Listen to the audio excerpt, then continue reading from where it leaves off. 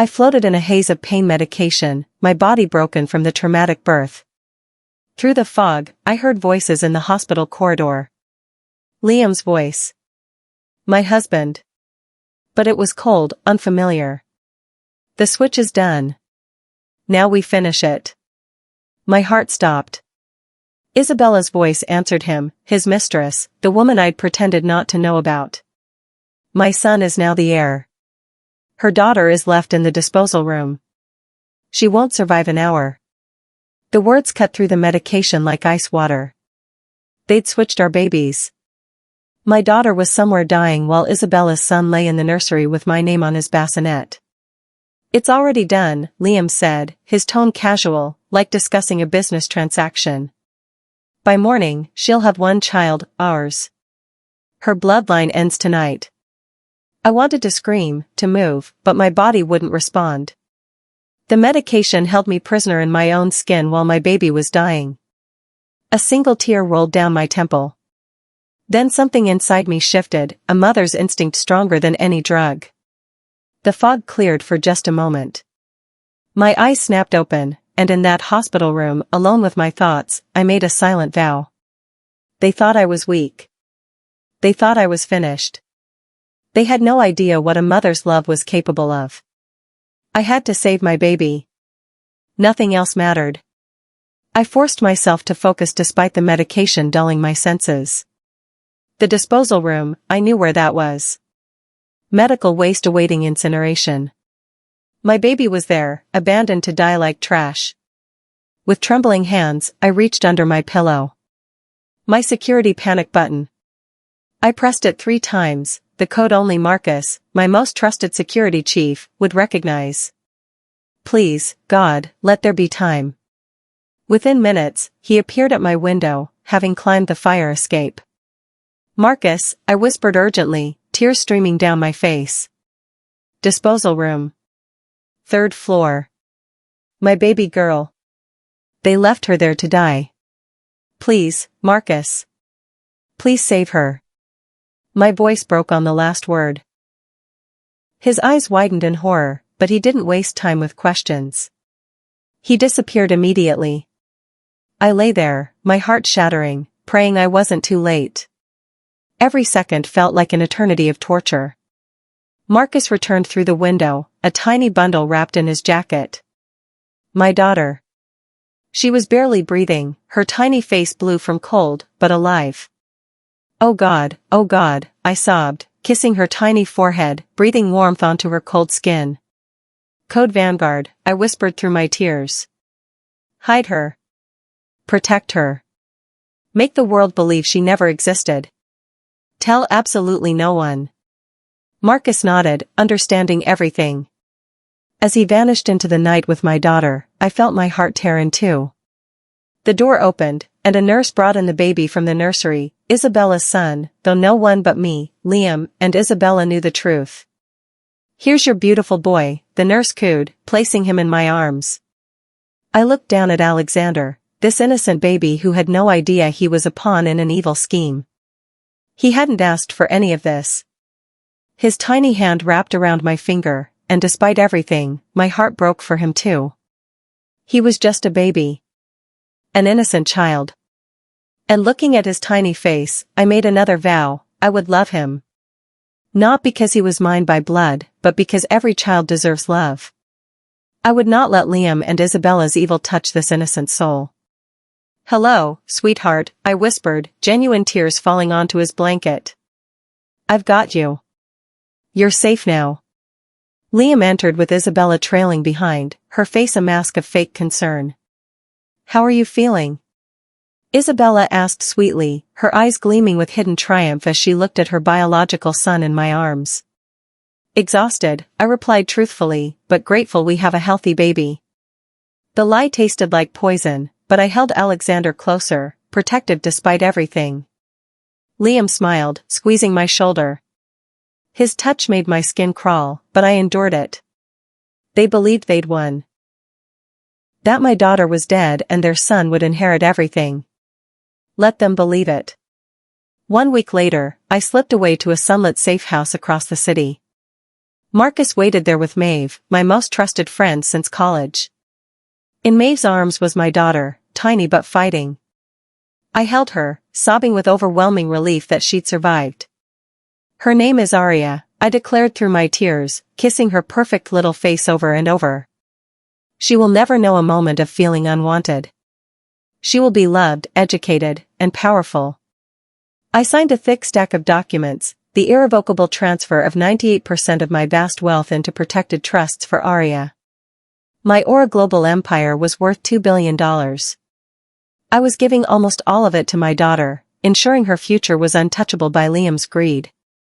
The trusts were hidden behind layers of offshore accounts and shell corporations. Legally bulletproof. My baby would never want for anything. Maeve looked at me with concern as I prepared to leave. And what about you, Alara? What will you have? I looked down at Arya one last time, memorizing every detail of her face. I have her safety, I whispered. I have her life. That's everything. I kissed her forehead, breathing in her baby scent, then handed her back to Maeve. Walking away from my daughter was the hardest thing I'd ever done. Every step felt like dying. But I would endure anything to keep her alive. Over the next 10 years, I poured genuine, unconditional love into Alexander. Every bedtime story I read him, every homework session, every soccer game, I was there, present and loving. He was innocent in all of this, and I refused to let him suffer for his parents' sins. When he scraped his knee, I was the one who bandaged it. When he had nightmares, I was the one who held him until he fell back asleep. I love you, sweetheart, I'd whisper, and I meant it. Not because he was mine by blood, but because he was a child who needed love. But Liam and Isabella worked tirelessly to poison him against me. Worse, they'd grown bold and reckless with their affair. Isabella started showing up at our house regularly, often staying for dinner. Isabella is Alexander's godmother, Liam would say dismissively when I questioned it. She cares about him.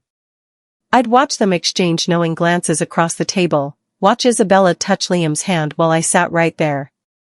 The disrespect was calculated, designed to break me. One night, I came home early to find Isabella in my kitchen, cooking dinner in my apron. "Oh, Alara," she said with fake surprise. "Liam said you'd be late."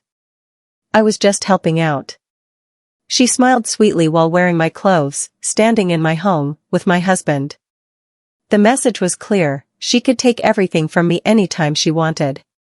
I smiled back, swallowing my rage and humiliation. "How thoughtful," I said quietly. Inside, I was dying.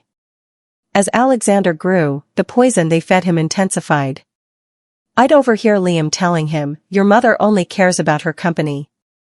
She doesn't have time for real family." Isabella would add, "She's so cold, Alexander. Not like us. We understand what family means." They painted me as the heartless career woman while positioning themselves as the warm, loving alternative. It was a slow, deliberate torture. On Alexander's 10th birthday, I gave him a beginner's coding kit I'd researched for weeks, knowing he loved computers. He unwrapped it and my heart swelled with hope. But then he looked at Liam, who gave a subtle head shake. "Dad said you'd get me something boring and educational," Alexander said, his voice echoing Liam's disdain. He tossed it aside without a second glance. I felt the rejection like a physical blow, but forced a smile. "That's okay, honey. I'll return it and you can pick something else." That night, I cried alone in my bedroom, clutching photos of Arya from Maeve's updates. My real daughter was thriving, brilliant, loved. But this boy I'd poured my heart into for 10 years was being taught to despise me. The injustice of it all, raising Isabella's son with genuine love while my own daughter grew up calling someone else mom, was almost unbearable. But I endured. For both of them, I endured. The humiliation grew worse as Alexander entered his teens. Isabella's presence in our home became constant. She'd arrive for family dinners and sit in my chair, serve food on my dishes, laugh at inside jokes with Liam while I sat there like a ghost. Once, I came home to find her redecorating Alexander's room. I thought it needed a woman's touch, she said sweetly. You're always so busy with work. Liam backed her up completely. She's just trying to help, Alara. Why are you being so territorial? At Aura Global's 18th anniversary gala, I stood in my elegant gown, watching my company celebrate. Alexander, now 16 and completely under Liam's influence, suddenly grabbed the microphone. My stomach dropped. I can't wait to run this company one day, he announced to hundreds of employees and investors. And make it a real family company, not just a cold, heartless spreadsheet like my mother runs it. The insult to my life's work hung in the air. Stunned silence filled the ballroom. I felt every eye on me, saw the pity in their faces. Across the crowd, Liam beamed with pride while Isabella dabbed fake tears of joy. That's my boy, I heard Liam say loudly enough for others to hear. A senior vice president touched my arm gently. Miss Sterling, I'm sure he didn't mean, he's just a boy, finding his way, I said softly, my voice shaking. Inside, I wanted to scream. This boy I'd loved unconditionally for 16 years had just publicly humiliated me, and his biological parents were celebrating. While Alexander partied through college on his trust fund, I watched from afar as my real daughter flourished. At 18, using the alias Catherine Thorne, Arya launched a revolutionary AI startup with my anonymous funding. The tech world buzzed about her innovation and ethical framework. A leading tech magazine featured her on their cover, looking determined and brilliant. Her eyes mirrored my own, the daughter I'd saved, now saving the world in her own way. I kept the magazine in a locked drawer, looking at her face whenever the pain became unbearable. One day, Liam saw it on my desk. He studied Arya's photo with casual interest. Another tech wunderkind, he scoffed. These kids always burn out. Then, deliberately cruel, he added, you know, if our daughter had lived, maybe she would have been like this. Successful. Important. But I guess we'll never know, will we? He watched my face carefully, waiting for a reaction. I felt the knife twist in my heart, but kept my expression neutral. No, I said quietly. We'll never know. Inside, I was screaming, she's alive. She's brilliant. She's everything you tried to destroy. But I stayed silent, playing the grieving mother while my real daughter conquered the world. The contrast between my two children couldn't have been sharper. Arya was humble, brilliant, ethical. Alexander was becoming entitled, mediocre, cruel. Nature versus nurture laid bare. Alexander graduated at 22 with barely passing grades. That evening, Liam brought Isabella to our house for a celebration dinner. I'd cooked Alexander's favorite meal, hoping for one nice family moment. Instead, I walked into my own dining room to find Isabella sitting at the head of the table, my seat, while Liam poured wine and Alexander laughed at something she'd said. They looked like the perfect family. I was the outsider in my own home. Oh, Alara, Isabella said with fake surprise. We started without you. You were taking so long. She was wearing a dress remarkably similar to one of mine, her hand resting possessively on the table I'd chosen, in the house I'd bought. The disrespect was staggering. Liam didn't even look up. Sit down, Alara. We're celebrating. I sat in a side chair, watching them toast Alexander's graduation, feeling invisible. Worthless. Later, Alexander stormed into my office. I need a vice president title at Aura Global, he demanded. When I gently suggested he learn the business first, he exploded. You've never believed in me. Isabella says you're jealous because I remind you of Dad. The words hit like daggers. Liam appeared behind him. If you don't give him this position, Liam warned coldly, you will lose him forever. Is that what you want? To lose another child? The cruelty of that statement, referencing the daughter he'd tried to kill, made me want to vomit. But I looked at Alexander's face, saw the confused, manipulated boy beneath the anger, and my heart broke for him. He didn't know the truth. He thought I was the villain. I'll think about it, I said quietly. My private investigator sent me footage from Liam's apartment. Isabella wasn't even hiding anymore. She'd moved into his place, her clothes in his closet, her photos on his nightstand. I watched her confront him about their future. "I gave you a son to replace hers," she hissed. "We got rid of her brat. Now it's time to collect everything. Leave her. Marry me. Give our son his rightful place." The way she said our son made my blood boil. Alexander was her biological child, yes, but I'd been his mother for 22 years. I'd loved him, raised him, sacrificed for him. And now she wanted to erase me completely and claim both the child and the empire. Liam nodded. "It's time," he agreed. "Let's take what's ours." That night, Liam came home late. I was reading in bed when he entered. "Alexander needs a company of his own," he announced without preamble. "Transfer Nexus Logistics to him." Nexus was worth $300 million. I looked at my husband, this man I'd once loved, who'd betrayed me in every possible way, and made my decision. "You're right," I said quietly, letting my voice break. "I've been holding him back because I'm scared. Scared of losing him like I lost our daughter." I let tears fall, real tears, but not for the reasons he thought. "It's time I let him become his own man," I continued. "I'll have the lawyers prepare the transfer." Liam's face lit up with victory. He actually smiled, genuinely pleased. "You're doing the right thing, Alara.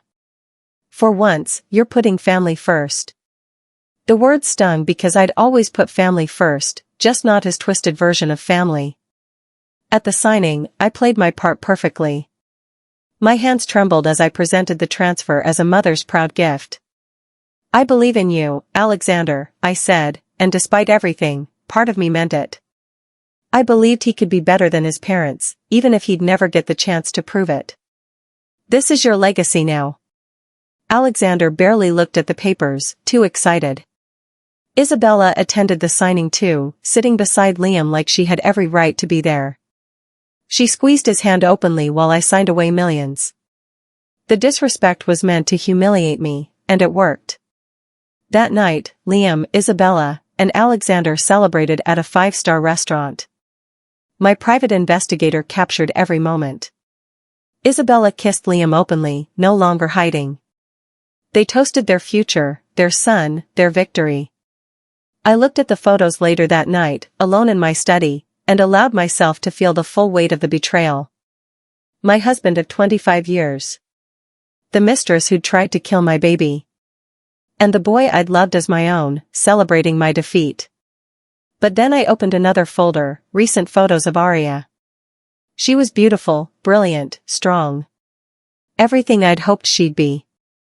I touched her face on the screen and whispered, "Soon, baby. Soon you'll have everything you deserve." The pain was worth it. Every moment of humiliation, every betrayal, every lonely night, it was all worth it to keep her alive and give her the power to destroy them. The Forbes 30 Under 30 issue hit stands on a Tuesday. Arya was on the cover under her real name, Arya, the young billionaire reshaping tech's future. My heart swelled with such fierce pride I could barely breathe. This was my daughter, the baby they'd left to die, now changing the world. I bought a dozen copies and kept one hidden in my desk, touching her photo when the pain became too much. That evening, Alexander stormed in, slapping the magazine on the counter. "Look at this. Some girl my age is a billionaire. It's not fair." His face was red with jealousy. Liam picked it up, and for a long moment, he stared at Arya's photo. Something flickered in his eyes, unease, maybe recognition. "She looks familiar," he muttered. My heart stopped. Then Isabella snatched it away, laughing. "Please.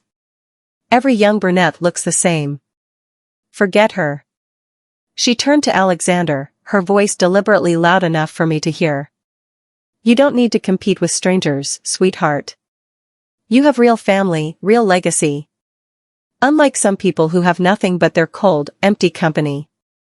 She glanced at me, her smile cruel. I felt tears prick my eyes but forced them back. Alexander nodded, appeased. He had no idea he was looking at his twin sister, the real heir to everything he thought was his. The next day, divorce papers arrived. They were vicious, accusing me of emotional neglect, citing my inability to recover from our daughter's death as proof of mental instability. Liam was demanding $500 million in settlement. My lawyer arrived within the hour, his face pale. "Alara, this is brutal," he said. "And there's more.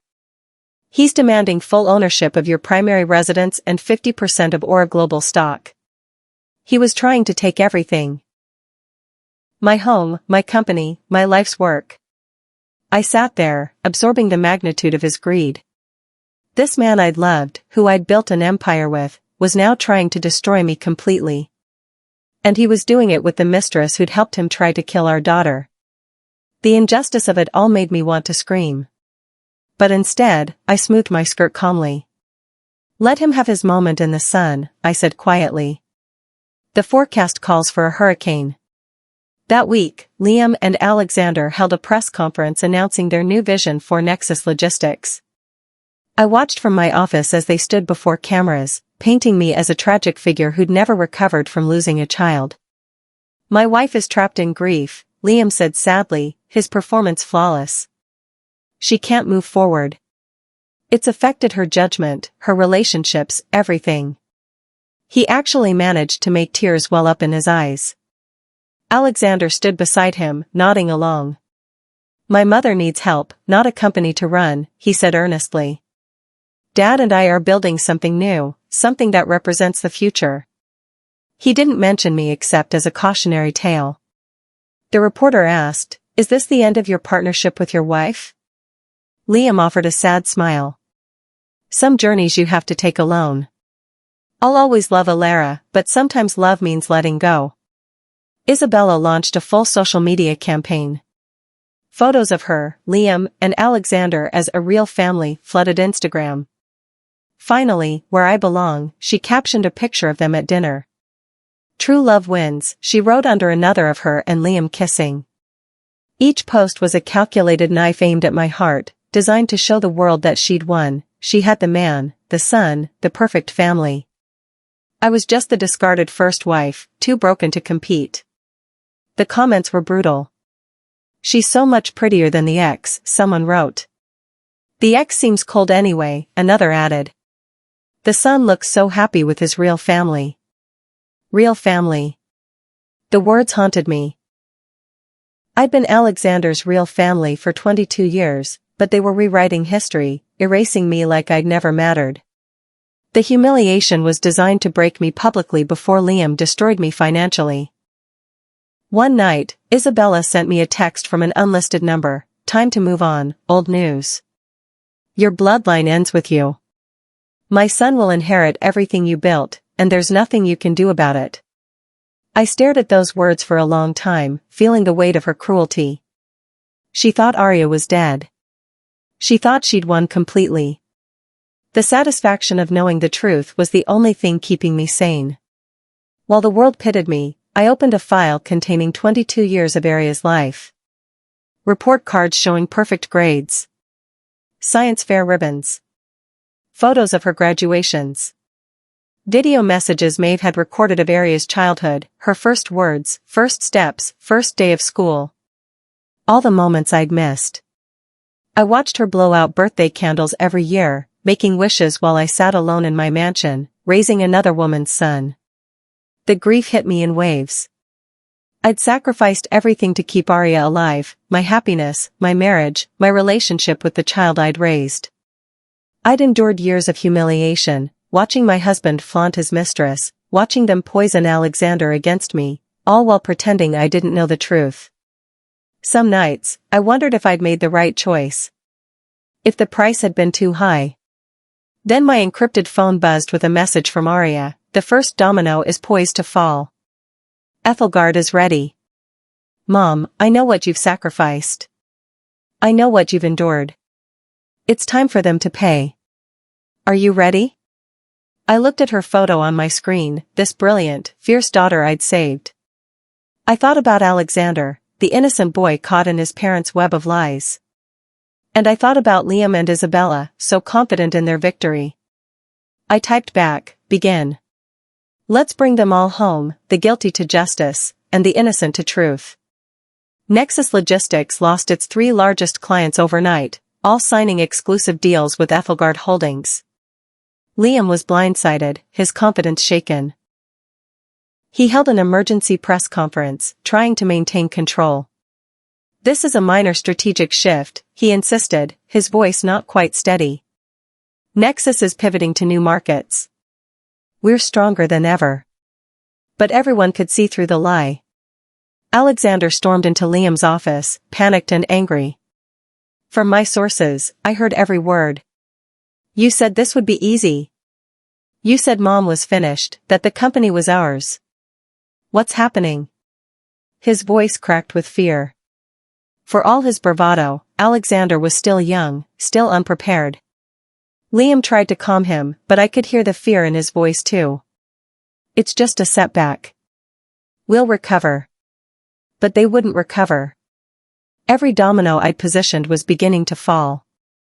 That night, Liam and Isabella had their first real fight. Isabella's voice rose to a shriek. You promised me everything. You said she was broken, that this would work. Her confidence was cracking. For the first time, she was facing the possibility that their plan might fail. I listened to the recording my investigator provided, feeling not satisfaction, but a deep sadness. So many lives destroyed by greed. Devastating financial exposés began appearing in major publications. Anonymous sources revealed the truth about Nexus, massive hidden debt, gross mismanagement, fraudulent accounting. Every incompetent decision Alexander had made was dragged into the light with brutal clarity. The company my husband had demanded for their son was revealed as a house of cards, and it was collapsing spectacularly. Banks demanded immediate repayment of loans Liam had personally guaranteed. He was forced to drain his offshore accounts, the ones he'd hidden from me for years. Every secret asset, every stolen dollar, gone in weeks. The mansion Isabella had demanded was mortgaged to the hilt. Luxury cars were repossessed in front of news cameras. Their perfect life was disintegrating, and the world was watching. Isabella panicked. She and Liam had a vicious fight in their driveway that their neighbor's doorbell camera captured in crystal-clear audio. You idiot! Isabella shrieked, her voice echoing through the quiet neighborhood. You said she was nothing. You said we killed the brat and replaced her with mine. You said this would work. Her voice was raw with desperation. Now we have nothing. Our son is failing. Everything is falling apart. What did we do this for? The video was sent to major news outlets within an hour. You said we killed the brat and replaced her with mine, played on loop across every news channel. The confession was undeniable, damning, criminal. The FBI opened an investigation immediately. Not just into fraud, but into baby trafficking, attempted murder, conspiracy. Everything they'd done in the shadows was now exposed to harsh, unforgiving light. Within 2 weeks, the walls closed in completely. Federal agents raided Liam and Isabella's offices. Assets were frozen. The mansion was repossessed, furniture auctioned off in broad daylight while news cameras filmed every moment. They became pariahs overnight. Former friends deleted their numbers. Business associates released statements denouncing them. Reporters camped outside the cheap hotel where they'd been forced to move. But my heart wasn't celebrating, it was breaking for Alexander. This young man I'd raised with genuine love was watching his entire world collapse. He didn't understand why this was happening. He didn't know about the baby switch, about his real parentage, about the murder plot. To him, this was just random catastrophe destroying his family. He called me, his voice small and broken. Mom? I know I've been awful to you, but, can we talk? I met him at a quiet coffee shop. He looked terrible, exhausted, scared, younger than his 22 years. I don't understand what's happening, he said, tears in his eyes. Dad keeps saying it's all a misunderstanding, but the news is saying terrible things. About a baby, about some kind of switch. Mom, what's going on? The word mom broke my heart. Despite everything, he still called me that. I took his hand gently. Alexander, there are things you don't know. Things about your birth, about who you really are. And soon, you're going to learn the truth. It's going to be hard, maybe the hardest thing you've ever faced. But I want you to know something. I squeezed his hand. I have loved you every single day for 22 years. Nothing that's about to happen changes that. Do you understand me? He looked confused, scared. What truth? Mom, you're scaring me. Before I could answer, his phone rang. Liam, demanding he come immediately. Alexander left, casting a worried glance back at me. I watched him go, knowing the boy I'd raised was about to have his entire identity shattered. Part of me wanted to protect him from that pain. But the truth had to come out. 1 week later, bankrupt and facing prison, Liam and Alexander received an expensive embossed envelope. Inside was an invitation to the Ethelgard Holdings annual gala where the reclusive founder would be revealed. It was their last desperate hope, someone with power who might offer a lifeline. They had nothing left to lose.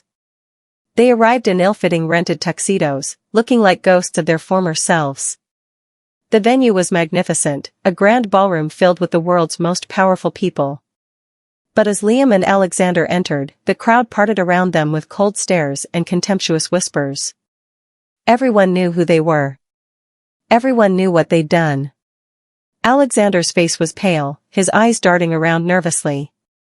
He looked so young, so lost. My heart ached for him. Then he grabbed Liam's arm, his face going white. Dad, look. Liam turned and I watched his face drain of color. There I stood near the stage in a sapphire blue gown, surrounded by the world's most powerful CEOs who treated me with obvious respect and admiration. I looked powerful, unbroken, transcendent. I was exactly where I belonged, at the center of power. And when I finally glanced in their direction, my eyes lingered on Alexander with such sadness and love that he visibly flinched. The host took the stage, silencing the crowd. Ladies and gentlemen, please welcome the visionary founder and CEO of Ethelgard Holdings. The spotlight swung to the stage entrance. Every person in that room held their breath, including me. This was the moment 22 years in the making. The doors opened, and Arya stepped into the light. She walked onto the stage like she owned the world, because she did. She was elegance, intelligence, and power personified, instantly recognizable from the Forbes cover but even more stunning in person. The room erupted in reverent applause. Everyone stood, including me. I watched Alexander's face across the room as he stared at Arya. His mouth fell open. His face went completely white. Beside him, Liam swayed like he might faint. I saw the exact moment recognition hit Alexander. His eyes darted between Arya's face and mine, seeing the unmistakable resemblance. His lips formed the word no though no sound came out. The pieces were clicking into place, his world tilting on its axis. Arya smiled, my smile, cold and knowing. Her eyes found Liam and Alexander in the crowd. Good evening, she said clearly. My name is Arya. You've seen my face on a magazine. You mocked me. Called me overhyped. She paused, letting the tension build. Now you'll learn the story of the empire I built to destroy yours. But more importantly, you'll learn who I really am. The room went utterly silent. Arya continued, her voice cutting through the stillness like a blade. Ethelgard Holdings was built as a fortress to protect my mother's legacy from the vipers who tried to steal it. Every dollar, every line of code, every business deal was designed with one purpose, to bring justice to a crime committed 22 years ago. She gestured to the massive screen behind her. Hospital footage began to play, date stamped 22 years ago. Audio filled the ballroom, Liam's voice saying, "The switch is done. Now we finish it." Isabella's voice, "My son is now the heir. Her daughter is left in the disposal room. She won't survive an hour." The crowd gasped in horror. But I watched Alexander's face. He looked confused, trying to understand, Then Arya spoke again. They're talking about me, she said clearly. I am that daughter. The one left in a disposal room to die while they placed another baby, Isabella's biological son, in the nursery with my mother's name on the bassinet. She paused, her eyes locking on to Alexander with something like pity. They switched us at birth. Alexander Sterling, the boy raised as the heir, is actually Isabella Romano's biological child. I am Alara Sterling's daughter. The real heir. Alexander stumbled backward like he'd been physically struck. His face went from white to green. No, he whispered, loud enough for people nearby to hear. No, that's impossible. But more footage played, security cameras showing Isabella carrying a baby into the nursery. Timestamped documents. Medical records proving the deception. Birth records that had been falsified. The evidence was overwhelming, undeniable, devastating. They didn't just commit fraud, Arya continued, her voice steady but filled with emotion. They attempted murder. They left me to die like garbage, replacing me with their own child to steal my mother's empire. But my mother saved me. Her voice cracked slightly, the first sign of emotion breaking through her controlled exterior. She saved my life that night, then spent 22 years enduring hell to protect me and keep me hidden until I was strong enough to fight back. The screen showed more evidence, bank records, trust documents, corporate filings. Everything proving that Alara had secretly transferred her wealth to protect her real daughter while raising Isabella's son as her own. The crowd was riveted, horrified, completely silent. Then Arya gestured to me. Mom, would you join me? I walked onto the stage, my legs shaking but my head held high. For the first time in 22 years, Arya and I stood together publicly. Mother and daughter. I looked at her first, my eyes filled with a lifetime of pride and love and grief and joy all mixed together. She took my hand and squeezed it. Then I turned to the crowd, but my eyes found Alexander first. He was crying, his whole body shaking. His eyes met mine across the distance, filled with confusion and betrayal and something that looked like heartbreak. The truth needs no defender, I said, my voice carrying clearly through the silent room. It only needs a voice. And after 22 years of silence, it's time for the truth to be heard. I pressed a button. The original audio I'd recorded that night played, the recording I'd made on my phone while trapped in that hospital bed. Liam and Isabella's voices filled the ballroom in perfect clarity. The switch is done. Now we finish it. Her daughter is left in the disposal room. She won't survive an hour.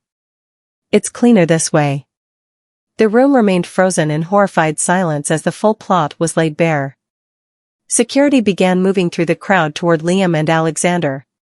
Police officers in plain clothes identified themselves, pulling out handcuffs. Liam fought against them. This is fake. She's lying. That recording is manufactured. But his protests were drowned out by Isabella's doorbell confession playing next. We killed the brat and replaced her with mine.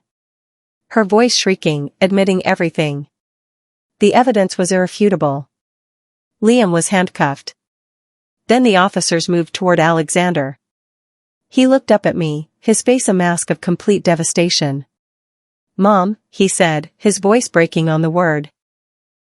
Is it true? Am I not yours? The pain in his voice shattered what was left of my heart. I stepped to the edge of the stage, tears streaming down my face openly now. Alexander, I said, my voice shaking with emotion. You are not my biological child. That's true. But I need you to understand something. I paused, making sure he could see my face, see the truth in my eyes. I have loved you every single day for 22 years. I held you when you cried. I celebrated every achievement. I taught you to ride a bike, helped with your homework, cheered at every game. That love was real, Alexander. It was always real. Tears were streaming down his face now. But you knew? You knew the whole time that I wasn't, that they. He couldn't finish the sentence. I nodded, my own tears falling freely. I knew. And I loved you anyway. Because you were an innocent child who deserved love, regardless of how you came into my life. You were never the villain in this story, sweetheart. You were a victim, just like Arya. Just like me. The officers hesitated, looking uncertain. Alexander wasn't being charged, he'd committed no crime. He was just a young man whose entire identity had just been destroyed in front of hundreds of witnesses. Alexander isn't under arrest, I said clearly.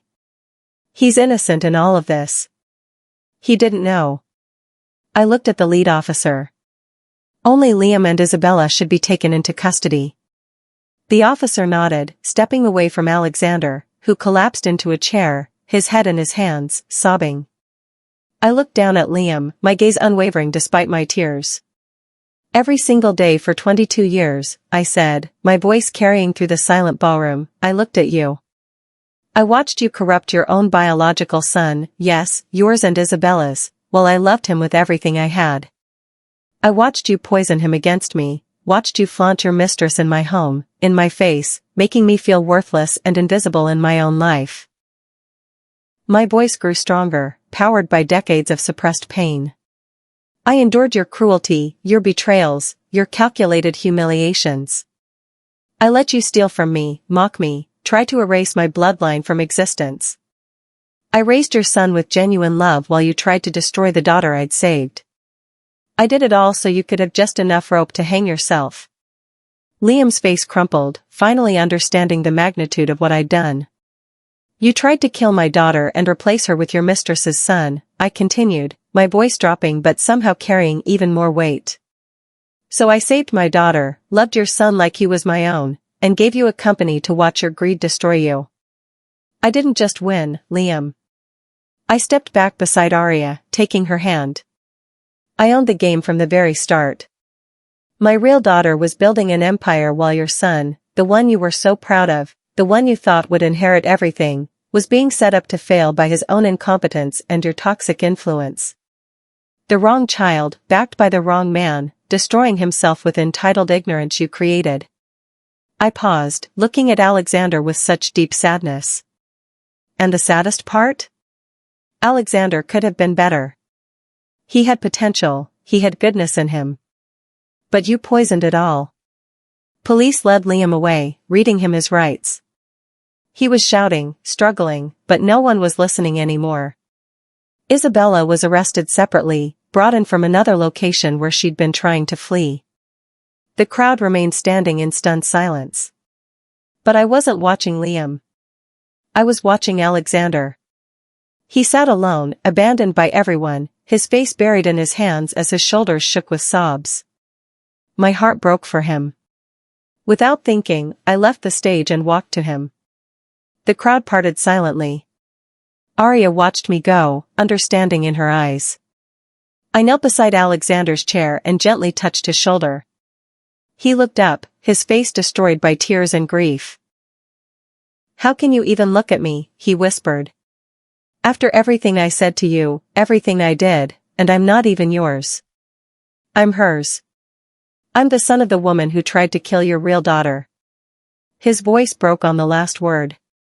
I'm the evidence of their crime.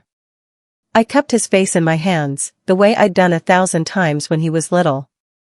You are not defined by their sins, I said firmly. You are not responsible for how you came into this world. Yes, you're Isabella's biological child. But I chose to love you, Alexander. Every day, I chose you. That doesn't just disappear because of the truth. He sobbed harder, collapsing against me. I held him, this young man who'd been my son for 22 years, stroking his hair the way I used to when he was small. What happens to me now? He whispered against my shoulder. I'm nobody. I have nothing.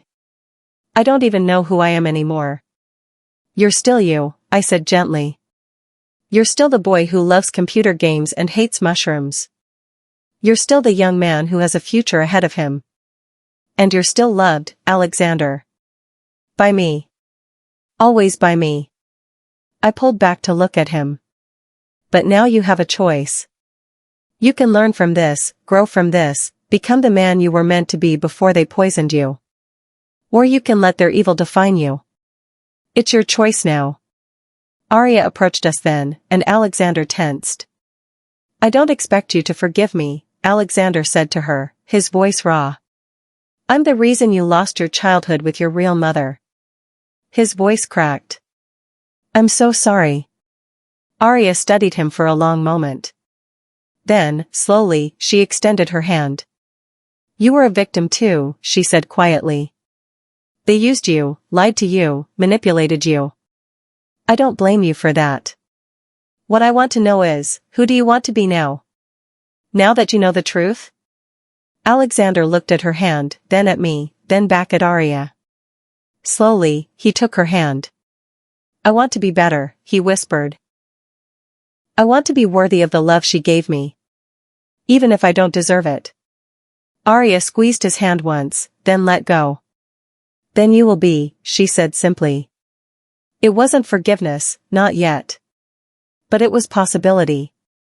And sometimes, that's enough. 1 year later, I stood with Arya in front of the Arya Foundation, both of us holding oversized scissors. Cameras flashed as we prepared to cut the ribbon. The foundation was dedicated to protecting children from trafficking and fraud, to supporting victims of family betrayal, and to ensuring no child would ever be left to die the way Arya had been. The news ticker scrolled across every screen, Liam Sterling and Isabella Romano convicted on multiple counts of fraud, conspiracy, attempted murder, and baby trafficking. Sentenced to 30 years each without possibility of parole. Justice had been served, though it could never undo the damage they'd caused. But there was another headline that made me smile. Alexander Sterling enrolls in community college, plans to study social work. After the trial, Alexander had disappeared from public life. He'd changed his last name legally, not to Romano, his biological mother's name, but to Chen, my mother's maiden name. If you'll let me, he'd asked hesitantly. I want to honor the family that actually loved me. He was working part-time at a youth center, going to therapy 3 times a week, and slowly, painfully, rebuilding himself from the ground up. He and Arya had met for coffee twice, awkward conversations where they were learning to be siblings. It would take time, years, probably, but they were trying. And I was so proud of both of them for trying. Arya and I cut the ribbon together, and the crowd applauded. As cameras clicked and reporters shouted questions, Arya leaned close and whispered, "He's here." Alexander. In the back. I turned and saw him standing at the edge of the crowd, dressed simply, trying to stay unnoticed. But he'd come. To support us. To be part of this new beginning. After the ceremony, he approached nervously. I know I probably shouldn't be here, but I wanted to see, to support. He trailed off, uncertain. Arya spoke first. I'm glad you came. Then she did something that shocked everyone. She hugged him. Briefly, carefully, but genuinely. We're family, she said quietly. Messed up, complicated family. But family. Alexander's eyes filled with tears. He looked at me, and I opened my arms. He collapsed into my embrace like he used to as a little boy. I love you, Mom, he whispered. I'm so sorry for everything. I held him tight, my heart full of complicated, messy, beautiful love. I love you too, sweetheart. I always have. I always will. Later that evening, the 3 of us sat in a quiet restaurant, mother and her 2 children, brought together by tragedy but choosing to build something new from the ashes. Alexander and Arya talked hesitantly about their childhoods, finding unexpected common ground. They'd both been manipulated, both been used as pawns. Now they were learning to be real. They thought they could break me with their cruelty, I said softly, looking at both of my children, one by blood, one by choice. They tried to kill one daughter and corrupt the other son. They thought love could be faked, that family was just about blood and money and control. I took both their hands. But they were wrong. A heart that beats for revenge is strong. But a heart that beats for a child, any child, is invincible. Arya squeezed my hand. Alexander squeezed the other. And in that moment, sitting between my two children who'd both been victims of the same evil plot, I felt something I hadn't felt in 22 years, complete. Whole. At peace. The empire was secure. Justice had been served. But more than that, love had won. Not the fake, manipulative love that Liam and Isabella had weaponized, but real love, the kind that sacrifices, endures, forgives, and never gives up. And that, in the end, was the greatest victory of all.